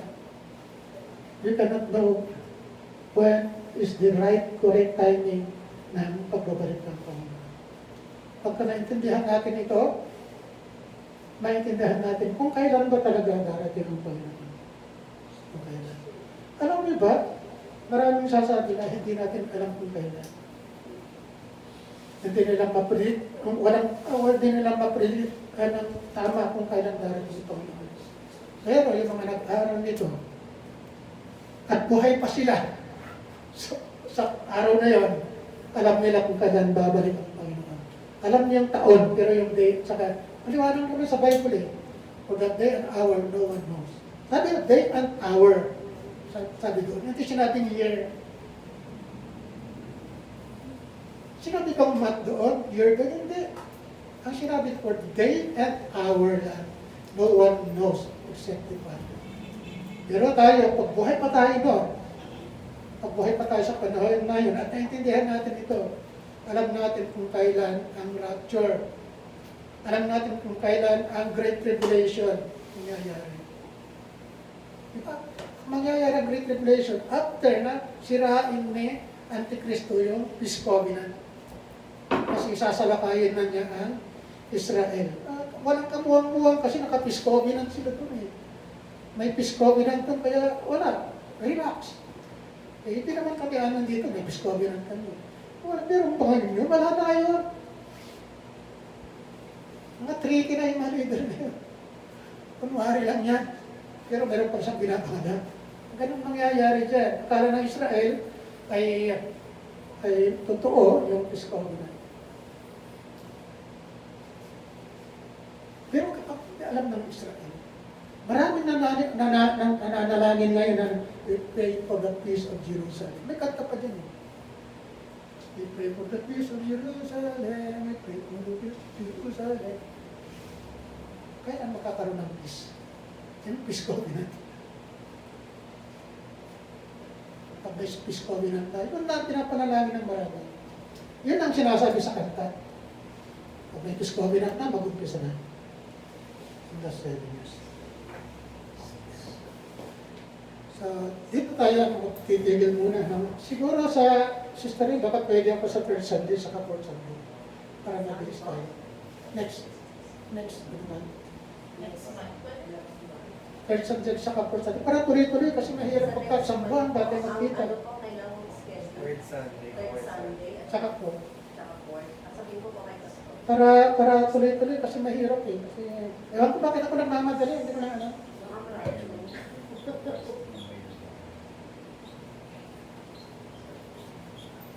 So, dito kayo matatapos muna. Meron ba kayong tanong tungkol dito? Okay. Ay, tanong tungkol sa second time. May tanong noon si Alex, ano? Matthew 24 verse 34. Ano ba yun sinasabi doon? Sa Tagalog kasi, nakakalito. Pag sa English, maliwanag. Pakibasa ng Matthew 24 verse 34 para maipaliwanag ko yun. Kasi hindi kami nagkaintindihan din eh. Parang hindi kami nagkaintindihan ng Aris. Kasi Tagalog yung kanya. May tatanong daw sa kanya. So, basahin na natin sa Matthew 24 verse 34. Sa Tagalog. Matthew 24 verse 34. Wala kasi si Aris.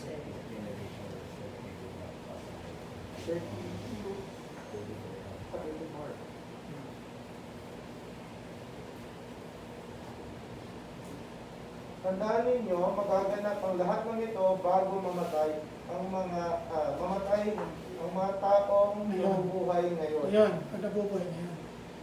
Pero sa English, surely I say to you, this generation. Kasi hindi sinasabi ngayong henerasyon eh. Basta ngayon, ano ngayon? Ngayong 2021? Ang sinasabi ngayong henerasyon. This generation. Kasi sa English kasi, this generation will by no means pass away till all these things are fulfilled. Yung these things na sinasabi, yung event na nangyayari sa Matthew 24 from verse 4 to 31, ay 29. Kaya sa Tagalog, ngayon, hindi sinabing ngayong panahon, dapat ngayong henerasyon. Eh maliwanag na, ngayon, ang mga taong nabubuhay ngayon. Ano ngayon, 2021? Kaya nandito rin yung nagtatanong sa kanya. Eh tayo yun tayo yun. Hindi, sinasabi ko yung ngayong henerasyon. Ano bang generation natin ngayon? Millennials? Hindi, church generation tayo yan. Church generation. Susunod na generation, millennium na yan. Kasi wala nang ibang generation kundi sa millennium generation. Yung mga nabubuhay noon. Ngayon, tayo nabubuhay ngayon, sa panahon ngayon. Kaya generation, yung church generation. Akala niya, nalito, kasama tayo ito. Siguro, nga gano'n. Kakalito yun sa Tagalog kasi. So may tanong ba kayo?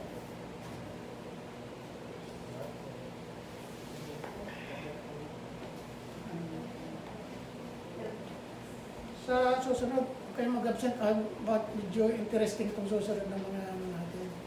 Mga trainer, anong papel niya? Sino ba siya?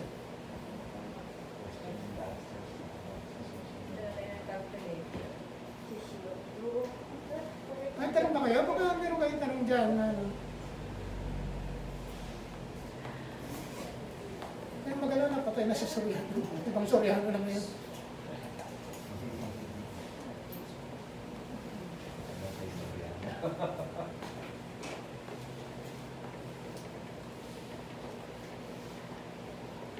So, wala kayong tanong?